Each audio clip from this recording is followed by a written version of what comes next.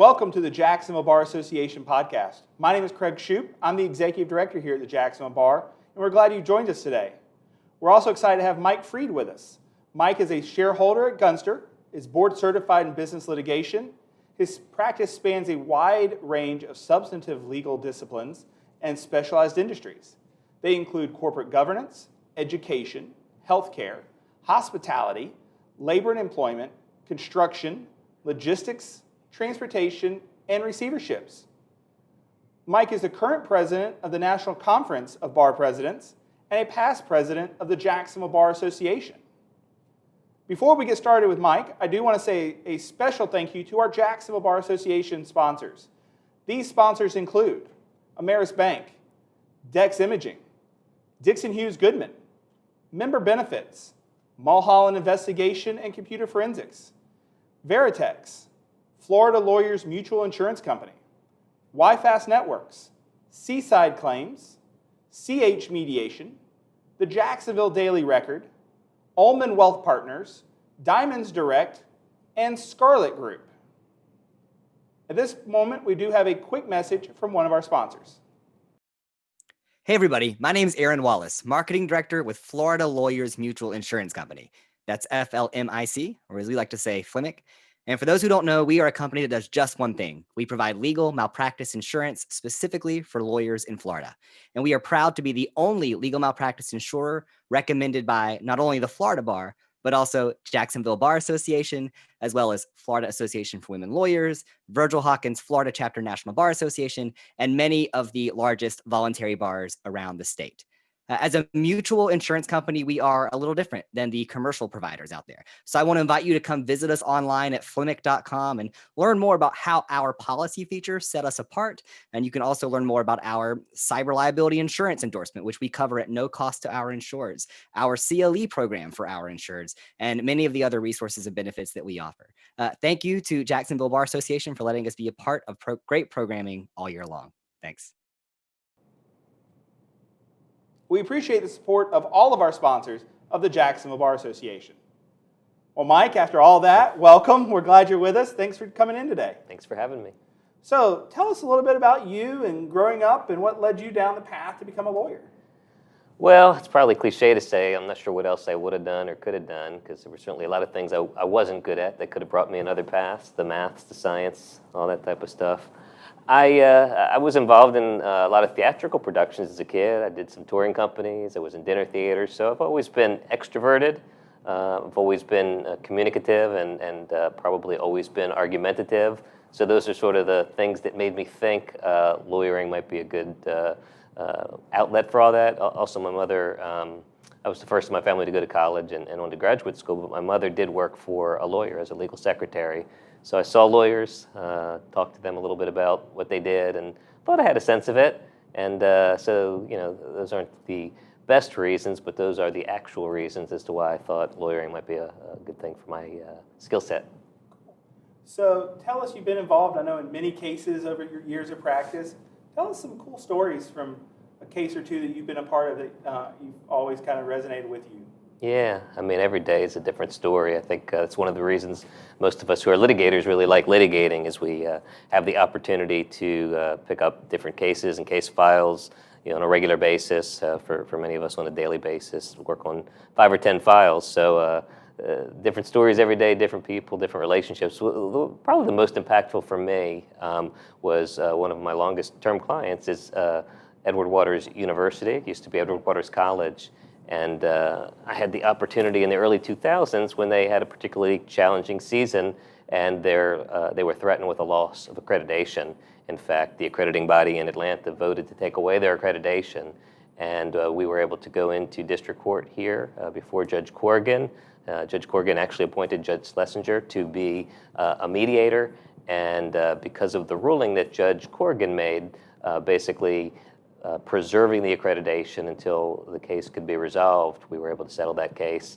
And Edward Waters College, now university, which has been around since 1866, it's the oldest historically black college in the Southeast, has never lost its accreditation as a result of the efforts, not just of me, but of a lot of people. And it was I don't know, impactful for me as a lawyer because you don't always get to see the people you're benefiting. In this case, we were in the ceremonial courtroom in the federal courthouse, and the courtroom was packed with students and their parents and alums. And the students, if we had lost, would have not been able to graduate from an accredited college, wouldn't have been able to preserve their student loans, and would have had to basically start all over again. And because of the good ruling by Judge Corrigan, that didn't happen, and Edward Waters University is thriving today. That's great. I know you're wearing your purple for EWC today. I guess I am. So that's so impactful. I mean, it goes back to all the times you're working as a lawyer, you're able to really make an impact in somebody's life, and you really doing that impacted a lot of people's lives doing that. Certainly, I mean, again, I hate to put it all on me because it was a team and a lot of things had to happen. And Edward Waters had a story for us to tell that was a good story. There was a mistake that had been made, but Judge Corrigan allowed us to put it in context. And yeah, that was nice to see. And Judge Corrigan did a really nice job of educating people in the gallery as to what was going on, what the process was. They actually had to rotate people in and out of the courtroom so that the folks that were waiting in the hall could see. And so it was a great civics lesson as to how the process works as well. That's great.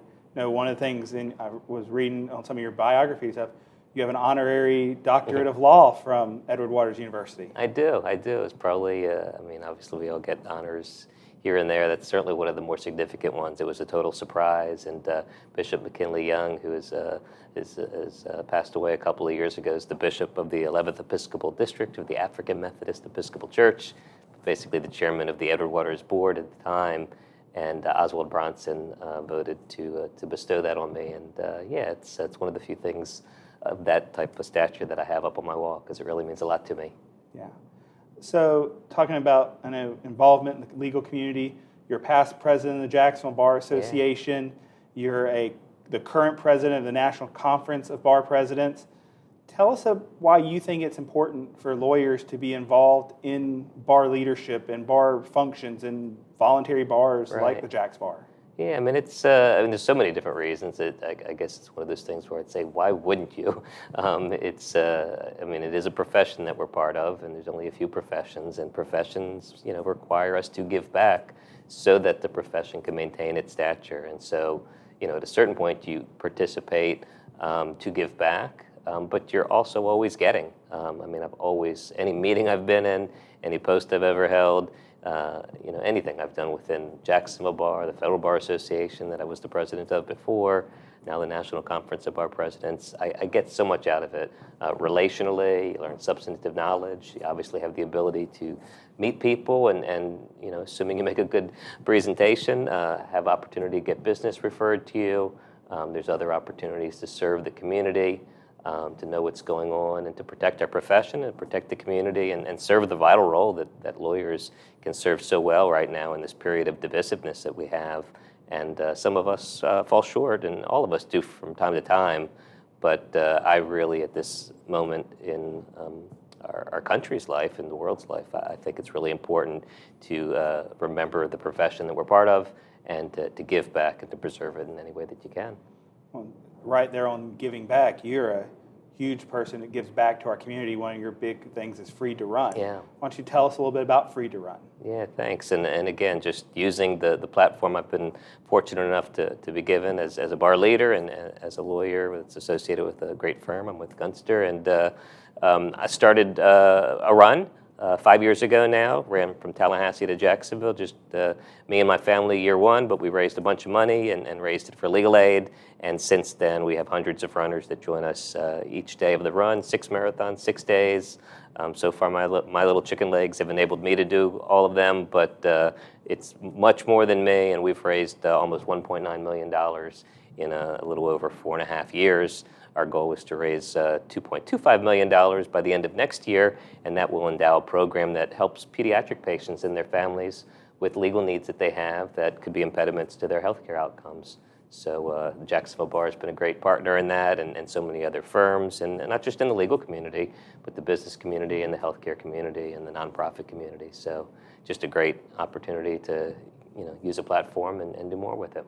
Definitely grown over the years. The celebration on the last day at the courthouse and the excitingness you see with lawyers, business members, judges, all running with you, especially seeing them at the end and crossing that finish line. Yeah. And the celebration is really something everyone should see. Yeah, I hope more and more people will come out. It's certainly for runners, but it's not just for runners. We've got walkers, we've got people that come out and just do a half a mile and jump on and off the bus and support other people. And then we've got people that do their first marathon or do a couple marathons because they're actually very good runners. So all are welcome. It's as much a fundraiser as it is a running event. Yeah, I'm definitely not a runner in my stature, and it's still a great program for sure. Appreciate it. So tell us, I know you've been practicing for a while, you've been here in North Florida. We're seeing, more and more, not just new attorneys admitted to the bar, but we're also seeing attorneys coming from other parts of the state to practice here in this jurisdiction, either via Zoom or even in person, moving here. Sure. What do you think these either new lawyers or new to the area lawyers should know about practicing in the Fourth Circuit that they don't know? Yeah, I think it's a great question and something we should all be reminded of, whether we've been here a long time or whether we're new. You travel across the state and across the country, and the Jacksonville Bar Association is known as one of the better legal communities in the country. And it's not just substantive law; it's professionalism, civility, and the judiciary from top to bottom.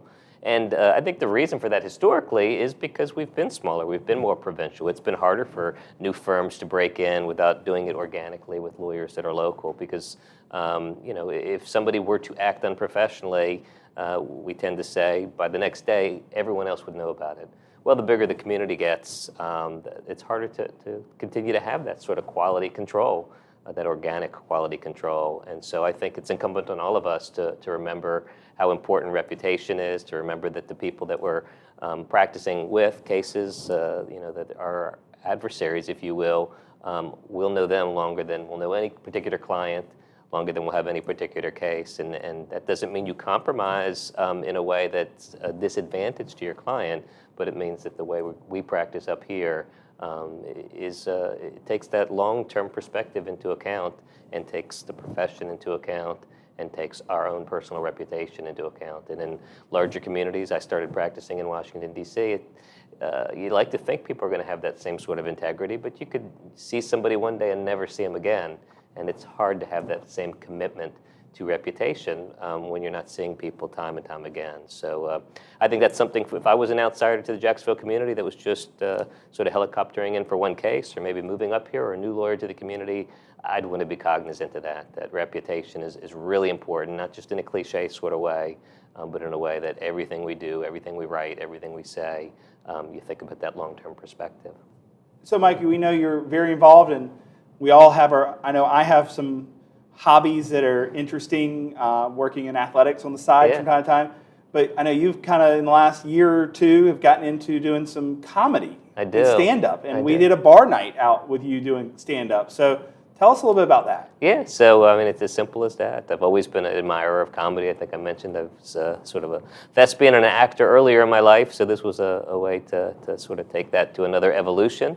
And I perform comedy at the Comedy Zone here in town. I'm doing 5 shows this weekend with Henry Cho.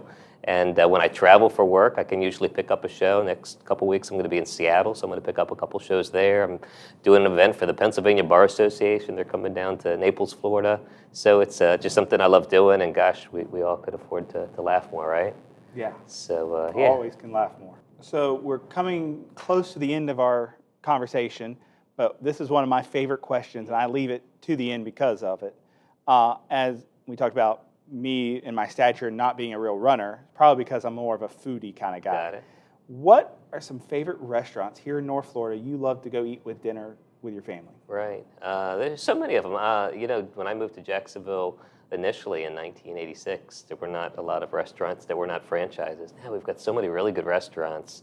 I'm sure you get some answers from other people that are similar to the ones I would give. So let me give some that maybe they wouldn't. I love Mandaloon in the Deerwood area. It's a really good Mediterranean restaurant that's real authentic quality, great service, good atmosphere. I like that quite a bit.